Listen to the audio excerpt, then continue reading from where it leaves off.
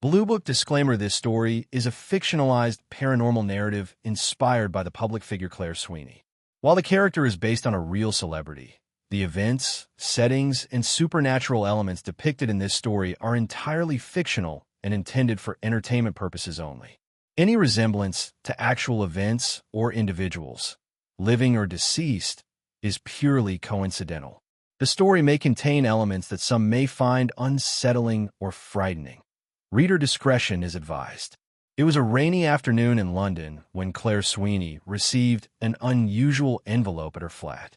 The thick, ivory paper carried no postmark, and the elegant cursive handwriting on the front simply read, "Claire Sweeney, private and confidential." She assumed it was from a fan or maybe a charity event invitation, something common in her line of work. But as she opened it, the words inside made her pause. "We cordially invite you to Greystone Manor, Connecticut, to film an exclusive documentary on celebrity intuition, psychic sensitivity, and the unexplained. Your presence has been specifically requested. All travel and accommodations will be arranged. Filming begins in 7 days." There was no contact name, just a logo, Spectre Light Studios, which she vaguely remembered as an independent documentary group known for paranormal content. Claire raised an eyebrow. She had done many types of shows, musicals, lifestyle interviews, even reality programs, but nothing like this. She was more at home under stage lights than in haunted houses. Claire's agent, Darren, called the same evening. "Look, I know it's odd, but hear me out," he said. "They're offering a solid appearance fee, and they claim the location has real history, something connected to the performing arts. Might make for good PR." Still skeptical, Claire leaned back on her sofa, scanning the fine details of the invitation again. She wasn't afraid of ghosts or legends, at least not yet. But something about the way the letter had arrived, and how specifically it asked for her, sparked a quiet curiosity in her. She agreed. Flights were booked, contract signed. A week later, Claire boarded a red-eye flight to the U.S., feeling both intrigued and slightly unsettled. Upon arrival in Connecticut, she was met by a driver holding a simple sign that read, "Ms. Sweeney." He was polite, but didn't say much. As they drove through long stretches of countryside, Claire noticed the sky growing dim, even though it was barely afternoon. Storm clouds were rolling in. After 2 hours of winding roads and eerie silence, they pulled up to Greystone Manor. It was massive and ancient-looking, with tall Gothic windows, ivy-covered stone walls, and wrought iron gates that creaked as they opened. The estate sat on a hill, overlooking dense, dark woods. The atmosphere was heavy, as though the house was holding its breath. A production assistant greeted her and walked her inside. "We're thrilled to have you," she said, though her smile didn't quite reach her eyes. "You're in the East Wing suite, same room Beatrice Hale used to sleep in." "Who?" Claire asked, but the assistant had already turned to greet another crew member. As she was shown to her room, Claire couldn't shake the feeling that the walls were watching her. Her suite was beautiful but archaic. Ornate wallpaper, an antique vanity, oil paintings of unknown women in dramatic poses. There was a musty smell like old roses and dust-covered secrets. That night, as she unpacked her suitcase, Claire sat by the tall window overlooking the garden. The wind howled, and rain started tapping against the panes. She checked her phone. No signal. Not even a single bar. Typical horror movie setup, she muttered to herself with a half-smile. Before bed, she flipped through the welcome packet the crew had left for her. It was mostly production schedules and safety info. But tucked in the back was a handwritten note on faded stationery. "Be mindful after dark. Some stories here like to repeat themselves." Claire froze. Was this a joke? A prop for the show? Or something more? The handwriting didn't match any of the production paperwork, and it smelled faintly of lavender and something burnt.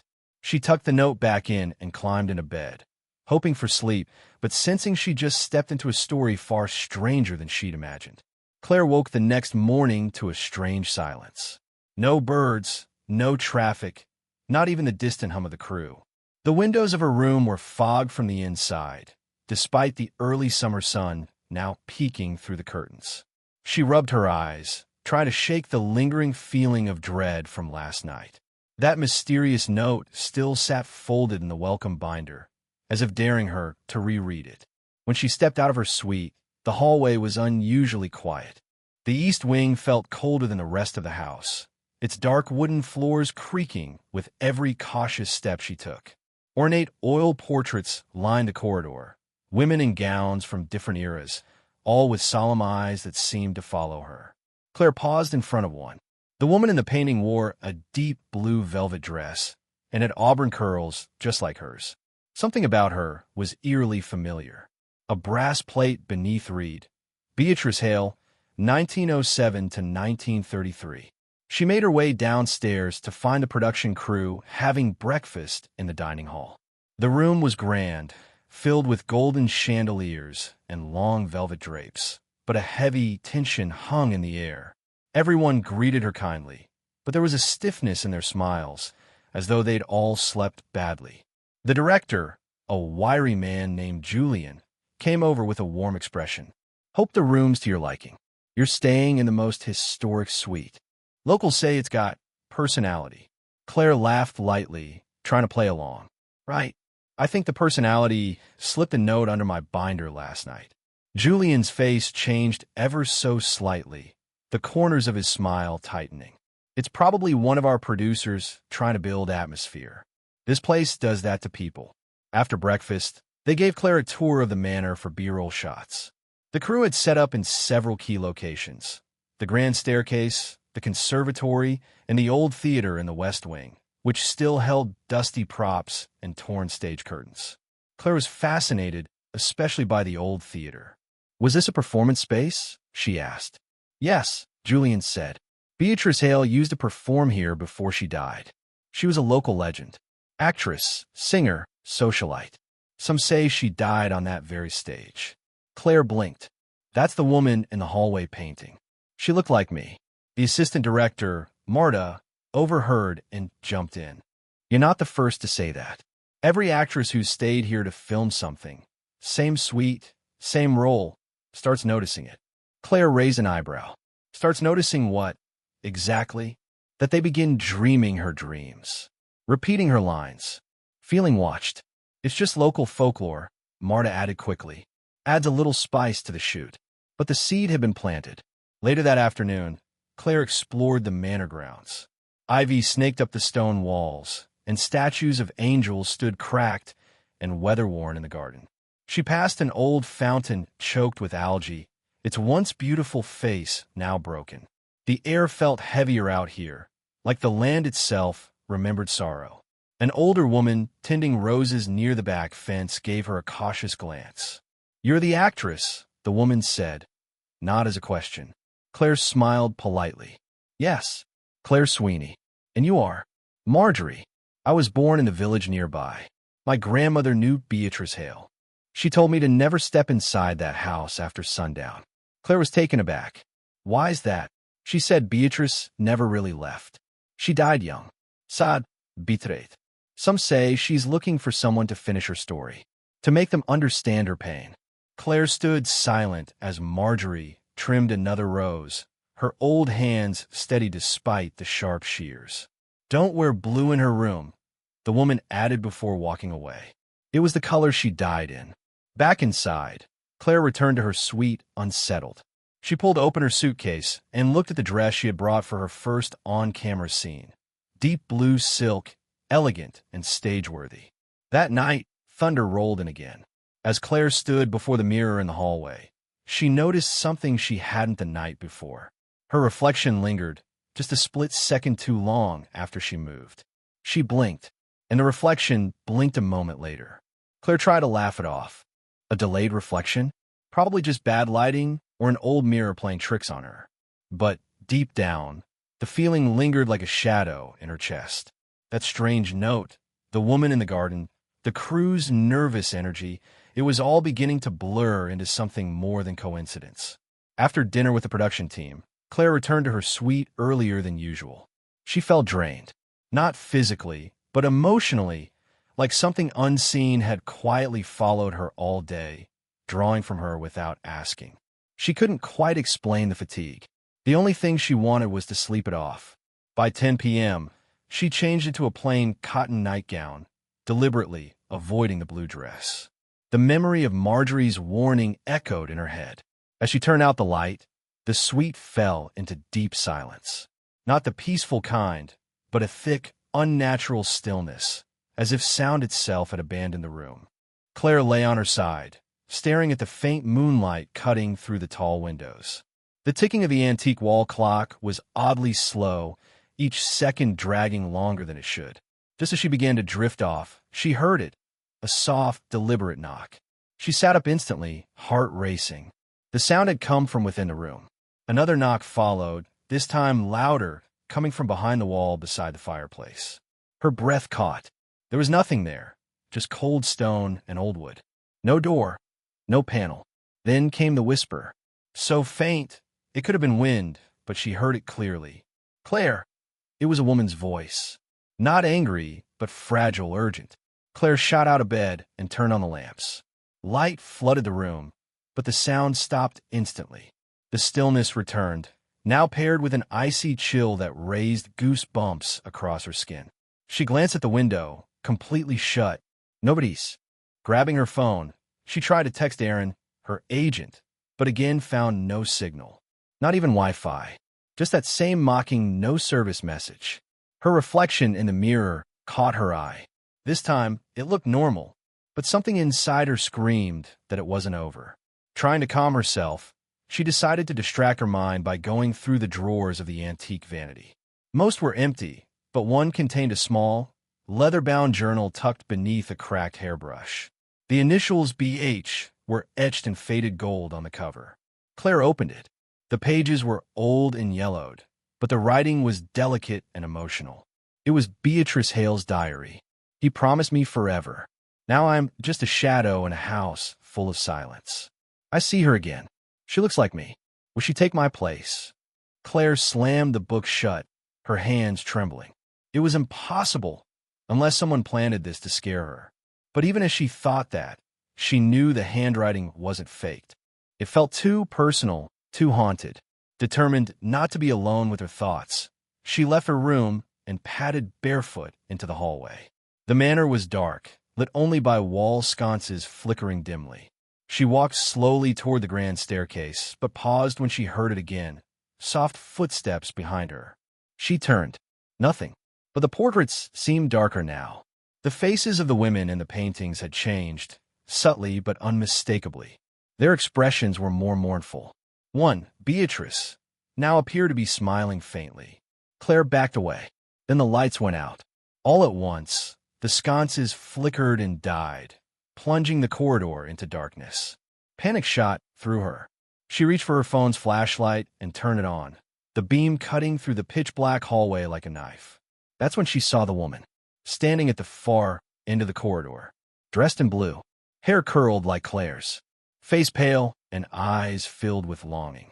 Claire's breath hitched. The figure took one slow step forward, and Claire ran, barefoot, heart pounding, back in her suite, slamming the door behind her. She turned every lamp on, even the bathroom light, and collapsed on the bed in shock. When she looked up, the mirror above the vanity was fogged. As she walked over, slowly, a message began forming in the mist. "I need your voice." Claire stared in horror. The condensation was fading, and the room slowly warmed. But the message, like the whispers, refused to leave her mind. Sleep would not come that night, and she knew, deep down, that someone, had begun to awaken. The next morning, Claire woke to the muffled hum of activity downstairs.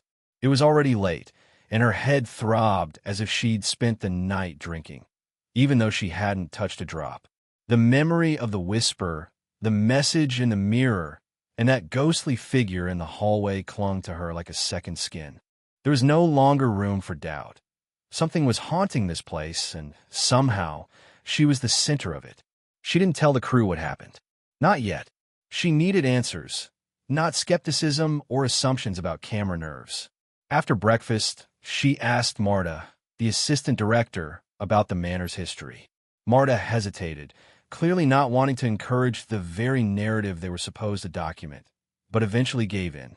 "Look," she said, glancing around to make sure no one was listening.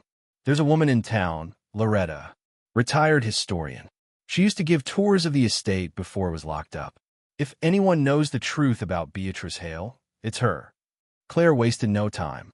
With the driver's help, she found Loretta in a nearby village, living in a cottage filled with antique books and the smell of lavender and old paper.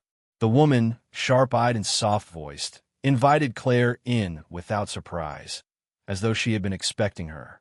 "I knew you'd come," Loretta said gently, pouring her tea. "You're the fourth actress who's reached out to me since that manor was reopened.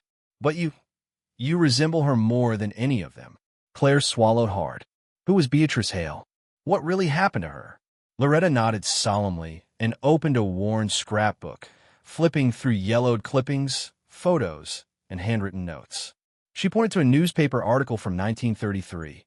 "Rising star found dead in manor bedroom. Suicide or something stranger?" Beatrice was a gifted actress, Loretta began. Classically trained. She returned to Connecticut after success in New York, hoping to build a local theater scene. But her fame attracted attention, not all of it good. She was engaged to a wealthy producer, Julian Gray. Claire blinked. "Julian Gray? The director here is named Julian too." Loretta gave a small, grim smile. "I doubt that's coincidence." She continued. "The rumor is Beatrice found out Julian was using her to bankroll his projects. He never loved her. She confronted him the night before her final show and was found dead the next morning, slumped in front of her vanity, blue dress soaked in blood." Claire stared at the article's grainy photo of Beatrice, frozen in youth and beauty, her expression oddly similar to Claire's own. "They ruled it suicide," Loretta said, "but the locals never believed that. And ever since, every performer who's slept in that suite, your suite, has reported dreams, sightings, or strange behavior. One actress even lost her voice during filming. Doctors couldn't explain it." Claire shivered. What did Beatrice want? "Recognition," Loretta replied without hesitation. She felt betrayed, forgotten, erased. Some spirits need justice. Others just want someone to finish what they started. Claire looked up from the scrapbook. "And what did she start?" "A play," Loretta said. "A final role she wrote herself. No one knows the ending. It was never performed." Back at the manor, Claire returned to her room in a daze. She couldn't shake the sensation that Beatrice wasn't just haunting her. She was trying to possess her story. Claire opened the leather diary again, flipping toward the back. There, wedged between two pages, was a loose paper, a script fragment. The title read, "When the Curtain Falls," written in the same delicate hand. Claire read aloud, "I am not gone. I am waiting behind the veil. I have a voice still. I have words left to say." The temperature in the room dropped instantly. Claire's breath fogged in front of her. She felt watched, not with menace, but with expectation. Suddenly, her reflection in the mirror moved again, but this time it didn't match her. The woman in the glass raised her hand a moment before Claire did, eyes pleading. Claire backed away slowly. Later that evening, the crew prepared to film a reenactment scene in the old theater. Claire wore a simple dress, not blue, and walked quietly onto the faded stage.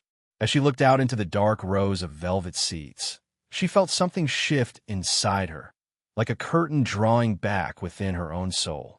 The words came to her lips unbidden. "Let the truth be spoken where silence has lingered. Let the forgotten be remembered before the final bow." The stage lights flickered, and Claire's voice echoed as if spoken through time. The camera crew stared, stunned. No one had written those lines in the script, but someone had waited nearly a century to say them. The atmosphere in Greystone Manor had changed, not just for Claire, but for everyone. After her unscripted lines during the rehearsal, the crew grew quieter, more watchful. What she said hadn't been planned, yet it fit the role perfectly. It was almost as if someone else had spoken through her. Julian, the director, pretended it was inspired improvisation, but his eyes betrayed unease. Claire, meanwhile, was unraveling inside. That night, back in her suite, she tried to sleep but couldn't. Her dreams were no longer her own. She saw herself, no, Beatrice, standing beneath gaslights, face lit by stage fire, her lips painted crimson, her eyes filled with fury. The audience clapped, but behind the curtain, betrayal waited. Julian Gray, tall, cruel, smiled, offered his hand. Then the stage fell away, and all that remained was the vanity, the mirror, and the scream that was never heard. Claire woke gasping, drenched in sweat. Her hands were clenched in fists, nails dug into her palms. The taste of blood filled her mouth, bitten tongue. She stumbled to the bathroom and caught her reflection again, acting strangely. Not mimicking this time, leading. The woman in the mirror turned before she did, smiling grimly. "I know what you want," Claire whispered. "You want me to finish your play, to speak your truth." The reflection didn't vanish. Instead, it stared. A single tear rolled down the ghost's cheek, leaving a streak across the fogged mirror. Claire stepped back, trembling. By now, the others had noticed changes in her behavior. Marta began to check in more often, offering tea, vitamins, and subtle concern. "You've been off," she said one morning. "Are you sleeping?" Claire lit. "Yes, just adjusting to the time zone." But Marta didn't look convinced. "You're starting to sound like her." Beatrice. She did the same thing. Wrote strange notes. Spoke lines that weren't in any script. 1 week before her death, she told the crew she'd found her true role, and it wasn't fiction anymore. Later that afternoon, Claire went back to the old theater alone. She walked slowly down the dusty aisle and climbed the stage steps like a ritual. The scent of old curtains, dried roses, and stale perfume clung to the air. She stood center stage and whispered, "Beatrice, I'm here." No sound came, but the air grew thick. "I know what he did to you," she said, louder this time. "He used you, lied to you, took everything." A gust of wind swept across the stage, though the doors were shut tight. Claire heard a voice behind her. "You look just like her." She turned. Julian stood in the doorway. Not the director, the original Julian Gray. Young, ghost pale, wearing a black coat and top hat. He looked exactly as described in the scrapbook. "You're not real," Claire said, though her voice trembled. "I made her," he said. "I gave her fame. And when she asked for more, I took it back." The lights above them crackled. Claire's chest tightened with rage that wasn't entirely her own. "She gave you everything. And you killed her," she whispered. "She took her own life," he replied coldly. Claire suddenly felt her arm raise, not by choice. Her hand pointed at him, fingers trembling. She didn't jump. "You pushed her." Julian's ghost began to blur, his form losing shape. "You don't know what you're doing." "I do now," Claire said. "And so does everyone else." The ghost screamed, a hollow, echoing sound, and then vanished into smoke. The stage lights burst with a sharp pop, plunging the room into darkness. That night, Claire finally confided in Marta. They sat in the manor's library, surrounded by candlelight. Claire showed her the diary, the script, even recited passages she hadn't read aloud before. "She's not angry anymore," Claire said softly. "She's just unfinished. She wants justice, and someone to remember her for more than the tragedy." Marta looked down at the worn script. "Then maybe it's time we filmed a different ending." Claire nodded. For the first time in days, she felt warmth in her chest. But as they blew out the candles and left the library, the faint smell of burnt roses followed them, like someone had been listening and smiling. The manor was no longer just a filming location. It had become a stage where two stories overlapped, one from the past, unfinished and painful, the other in the present, unfolding whether Claire wanted it or not. The air felt electric, as if the house itself held its breath. And Claire was changing. At first it was subtle. She found herself humming songs she didn't know. Old melodies, haunting and beautiful, slipping from her lips like they'd always been there. Then came the dreams, no longer visions, but experiences. She saw through Beatrice's eyes, felt her heartbreak, her fury, her passion. Sometimes she'd wake up and the diary would be open beside her, though she hadn't touched it.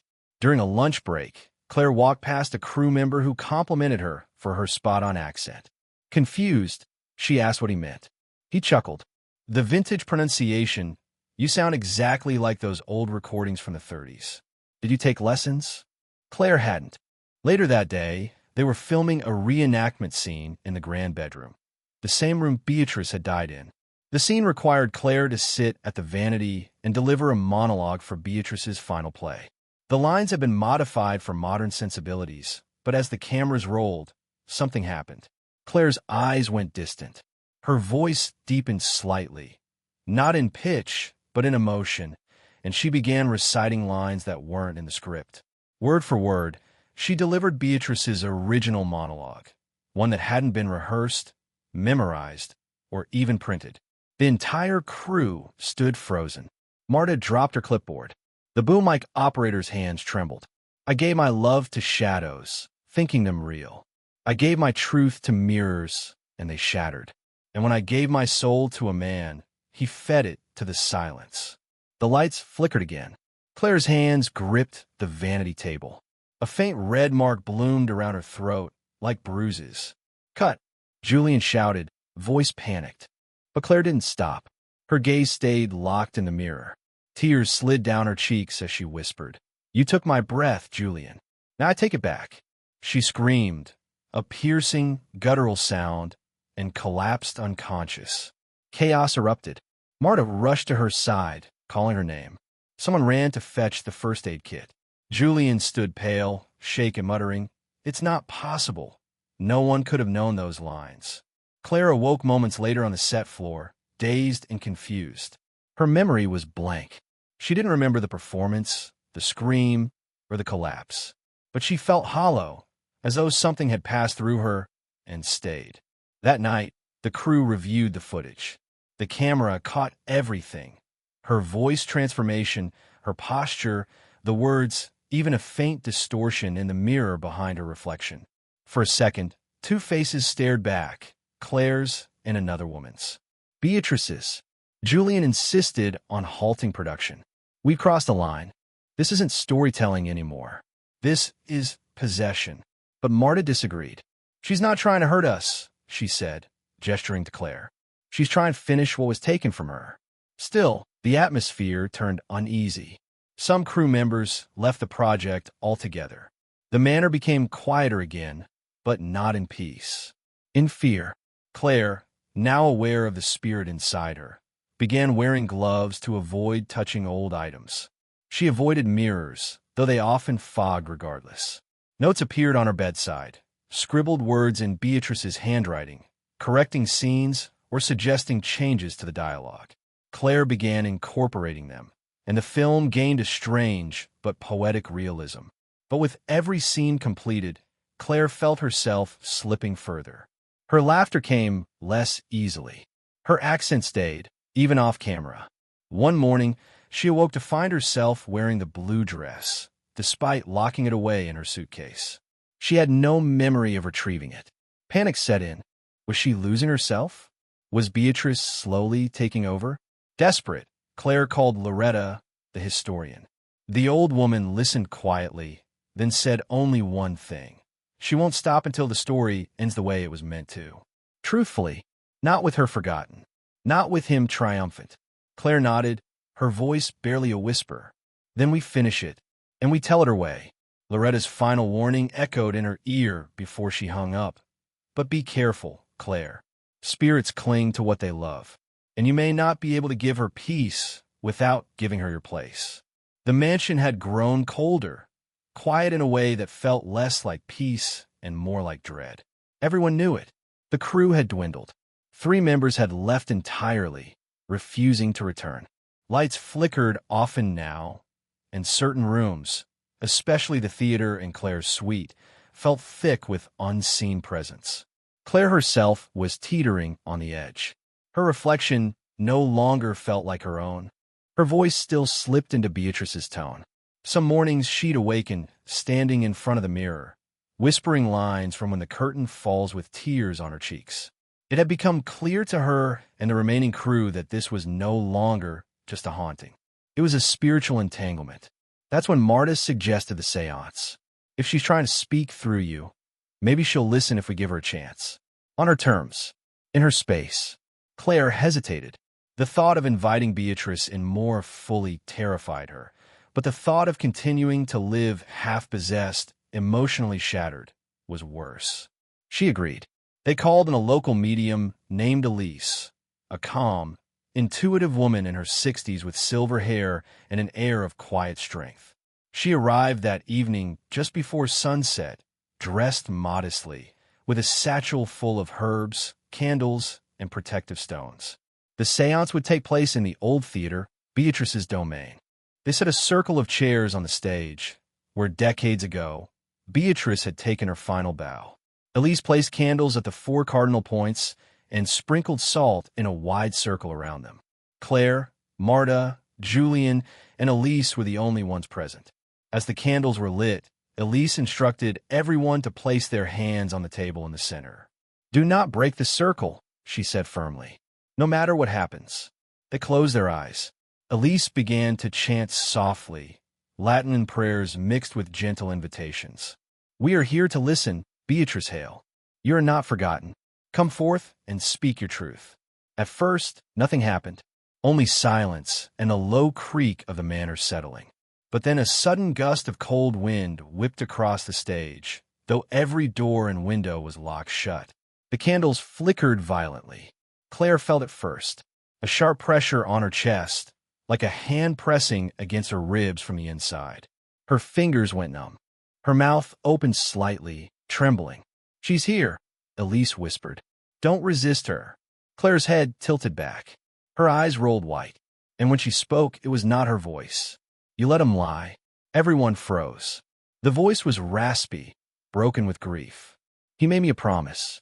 He took my light and smothered it. You let him win." Elise stayed calm. "Beatrice, we are here to make it right. What do you need?" Claire's hands clenched. Her body trembled violently. "My words. My ending. Not his." Julian, sitting across from her, leaned forward. "Beatrice, we're filming your story. You'll be heard." Claire's eyes snapped open, still unseeing, possessed. "Liar." Suddenly, the table shook. One candle blew out. Marta gasped, nearly letting go. Elise steadied the group. "Stay in the circle. Beatrice, listen to me. We will show them the truth. We will perform your final act. We will speak your words. But you must release Claire." A beat of silence. Then Claire's head lowered. Her voice shifted, sorrowful now. "She understands me. She remembers what it is to be unseen." Elise nodded. "Yes, but her life is her own. You must let go." The lights flickered again, and then, suddenly, all the candles blew out at once. Silence. Claire collapsed forward onto the table. Julian caught her, panicked. "Claire? Claire!" She stirred, her voice weak. "She's gone." Elise exhaled deeply. "She's not gone. She's satisfied. For now." Later that night, Claire awoke in her bed, feeling light for the first time in weeks. The mirror was clear. Her reflection, normal. The diary was gone.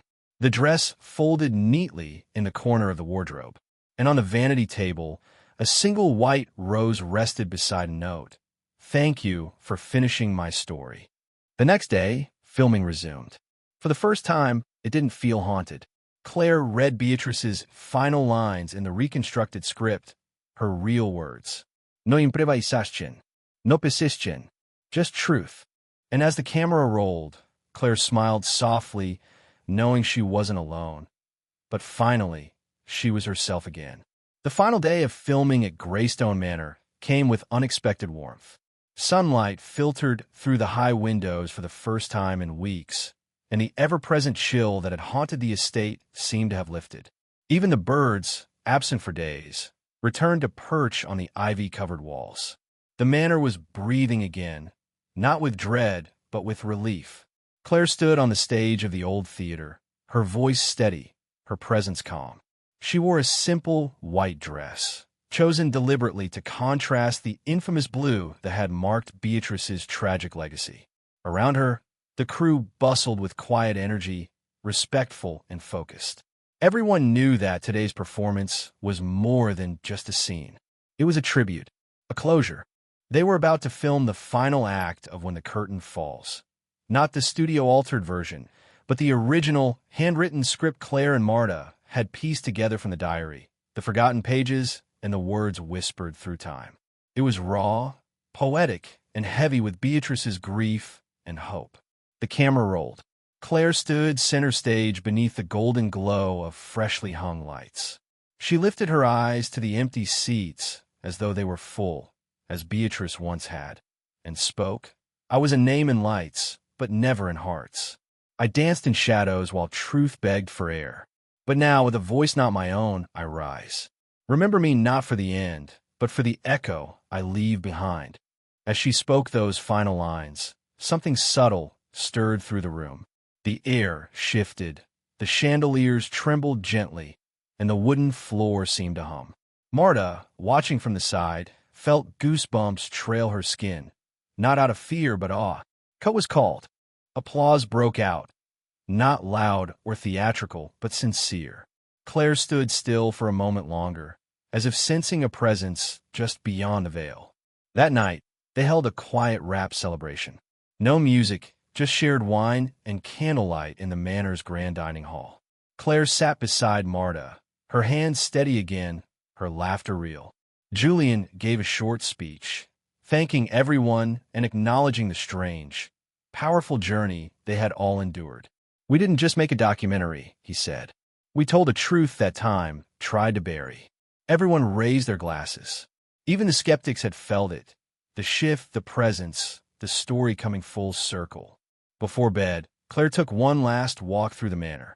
She visited the hallway with the portraits, pausing in front of Beatrice's again. This time, the painting didn't feel heavy. The woman in the blue velvet gown no longer seemed to watch her with sorrow, but with peace. Claire whispered, "You're not forgotten, and you never will be again." She returned to her suite to find one final message. This time, not in mist, not in handwriting, but engraved lightly in the vanity mirror, only visible when the lamp hit it just right. "You gave me my bow. I give you your voice." Claire smiled, eyes stinging with quiet tears. She touched the words gently, then packed her bags for the last time. The following week, the documentary aired under the title, Beatrice, the Forgotten Voice. It opened to critical acclaim. Viewers praised its emotional depth, its authenticity, and the haunting beauty of Claire's performance. But more than anything, they connected with the ghostly truth it unveiled, that no story, no matter how buried, stays silent forever. Claire returned to her usual projects, talk shows, stage productions, and charity work, but something had changed within her. She carried Beatrice's story like a flame, never burdensome, but never extinguished. Fans often asked what inspired her performance in the documentary. She would smile and say, "A voice from the past reminded me what it means to be heard." And in quiet moments, backstage or before a performance, she sometimes caught a familiar scent in the air, roses and old perfume, and felt a hand gently brush her shoulder. Not haunting her, just watching with pride. 62.